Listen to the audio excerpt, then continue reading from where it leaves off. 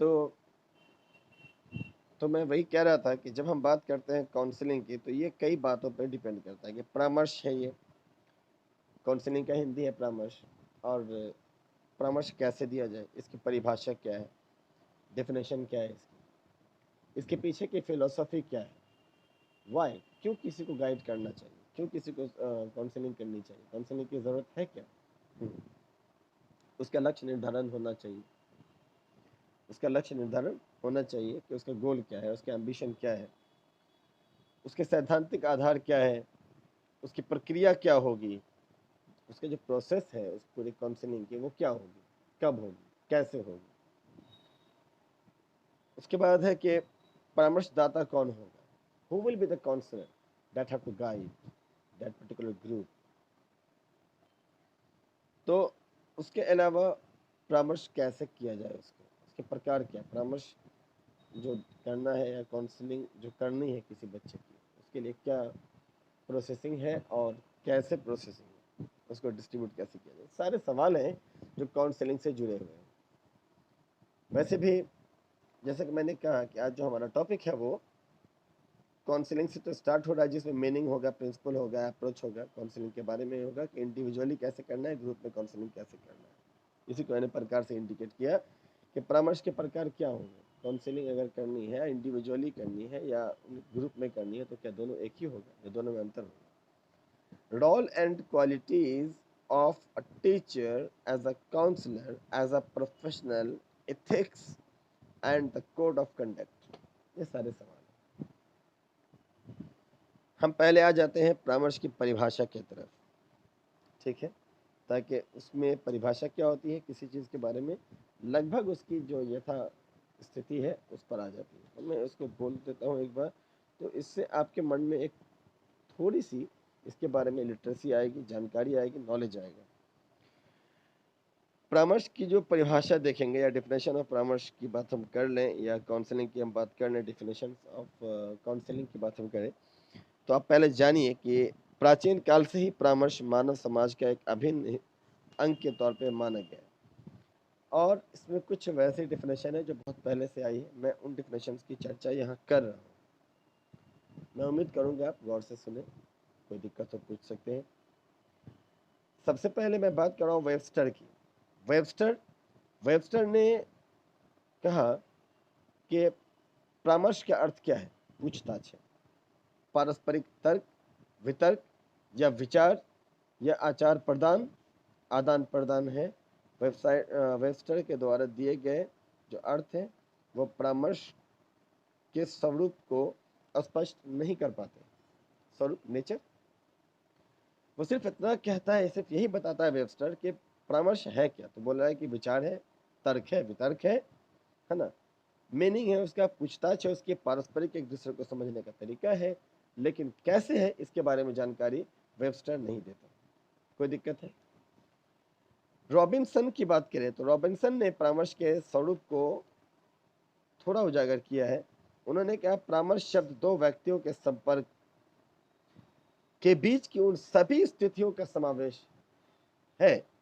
दो व्यक्तियों के संपर्क के बीच जितनी भी स्थिति आ सकती है, जिस तरह की परिस्थिति आ सकती है, उन सभी स्थितियों परिस्थितियों को एक साथ रखते हुए व्यक्ति को उसके स्वयं और उसके पर्यावरण के बीच की जो अपेक्षाकृत प्रभावी संयोजन है, समायोजन है, उसके तरफ ले जाती है। तो ये हम कह सकते हैं कि वेबस्टर की तुलना में रॉबिन्सन ने थोड़ा अधिक अंदर जा करके सिर्फ अर्थ को नहीं, उस अर्थ को करने की जो प्रक्रिया है उसकी तरफ एक कदम बढ़ाया है।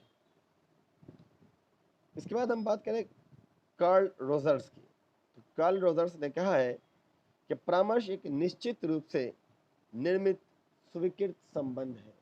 तो शब्द बोला जा रहा है, एक निर्मित, बनाया गया है, अपने आप बना हुआ नहीं, बनाया गया है, दो समूह, दो ग्रुप, दो व्यक्ति के बीच, इंडिविजुअली भी है, ग्रुप लेवल पर भी, जैसे भी बनाया गया है, और स्वीकृत संबंध है। मतलब ये नहीं कि जबरदस्ती अप्रोच कर दे रहे, नहीं, दोनों जो ग्रुप है, समूह है, दोनों उसके तरफ जागरूक है और मर्जी से ऐसा कर रहा है।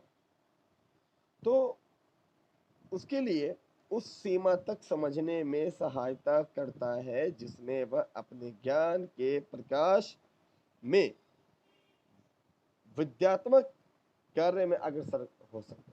मतलब एजुकेशन से संबंधित जो भी एक एजेंडा होगा उसके वर्क से जुड़ा हुआ, और उन दोनों के बीच जो दोनों का अपना एजुकेशनल लेवल है उसके बीच एक बैलेंस स्थापित करते हुए आगे बढ़ेंगे। तो ये उसको, जिस बात को रॉबिन्सन ने कहा है, शायद उसी बात को अलग वर्ड्स के जरिए से इंडिकेट करने की एक अच्छी कोशिश है। अभी तक हम वेबस्टर को देख रहे हैं, वेबस्टर ने सिर्फ अर्थ बता दिए,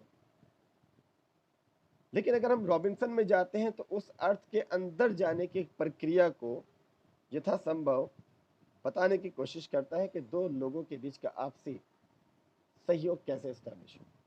और जब कार्ल रोजर्स की बात किया तो उन्होंने इसको एजुकेशन से जोड़कर कहा कि जितनी उसकी एजुकेशनल लिमिटेशंस है उसके दायरे में रह करके उस चीज को करने की एक संभावना तलाश करना। तो यहाँ तक कुछ ज्यादा अर्थ हमको समझ में आ रहा है, आपको समझ में आ रहा होगा।